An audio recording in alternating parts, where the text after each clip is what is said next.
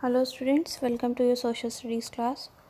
So in our previous class we have completed your first chapter from geography, that is resource and development, and today we are going to do question and answer.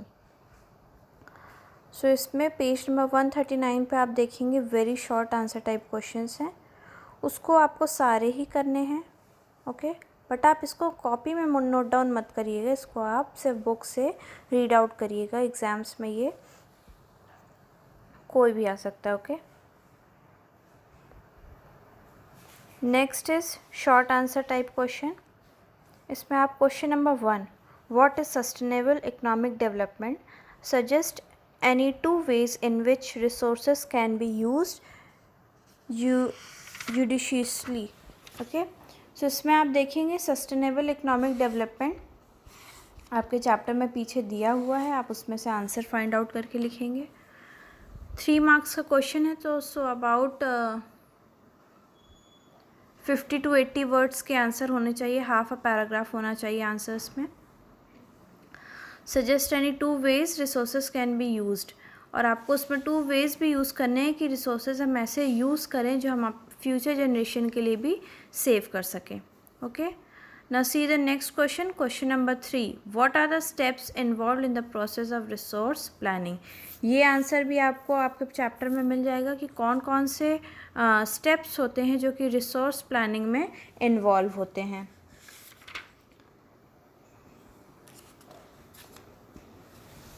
Next is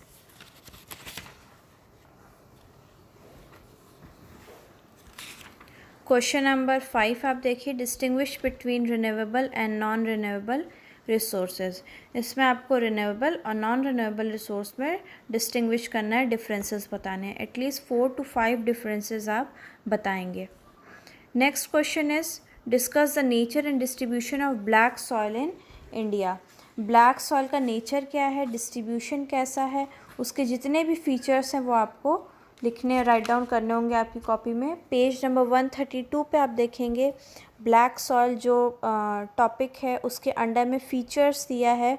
features में आपको सारे features, nature, distribution, सारी चीज़ें आपको मिल जाएंगी। Now see the next question, question number 9, explain any 4 human activities which are mainly responsible for land degradation in India। सो आपको human activities कुछ ऐसी बतानी है जो कि लैंड डिग्रेडेशन के लिए बहुत ज़्यादा रिस्पॉन्सिबल है इन इंडिया। कौन कौन सी हो जाएंगी, जैसे कटिंग ऑफ ट्रीज़, जो बहुत ज़्यादा ग्रेजिंग हो रही है बाय द एनिमल्स, ये सारी चीज़ें जो एक्टिविटीज़ हैं जो कि बहुत ज़्यादा रिस्पॉन्सिबल है लैंड डिग्रेडेशन के लिए, ये सब आपको मेंशन करनी है और आपको इसको ब्रीफली डिफ़ाइन भी करना है इन 3 or 4 लाइन्स ओके। बाकी जो रेस्ट ऑफ द क्वेश्चंस हैं वो भी आपके लिए पढ़ना ज़रूरी है, बट कॉपी में आपको ये नोट डाउन करना है। एज बोर्ड में कहीं से भी आपको पूछा जा सकता है क्वेश्चंस। सो ये सारे क्वेश्चंस कुछ बोर्ड के एग्जाम पॉइंट ऑफ व्यू से इम्पॉर्टेंट हैं। Now the next question is long answer type question. Question number 1, describe the alluvial soil under the following heads. इसका भी सेम आंसर आपको पेज नंबर 132 पे अलूवियल सॉइल के under में मिल जाएगा। Features दिया हुआ है, formation, distribution area, classification, minerals and nutrients, ये सारी चीज़ें आपको अलूवियल सॉइल हेड के अंदर में मिल जाएंगी ओके।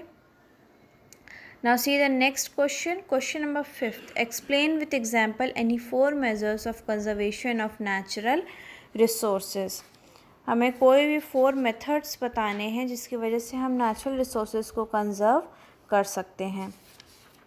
ये भी आपको चैप्टर में आंसर इसका मिल जाएगा ओके। लाइक पेज नंबर 130 पे आप देखेंगे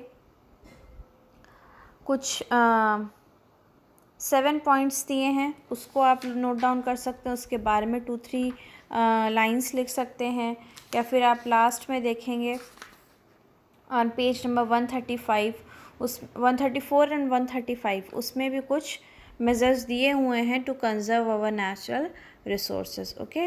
रेस्ट अगर आपको कुछ अपने से भी ऐड ऑन करना है कि कौन से मेथड्स आप यूज़ कर सकते हैं, उसको भी आप लिख सकते हैं। So this is for all for now, and in our next class we will start the next chapter.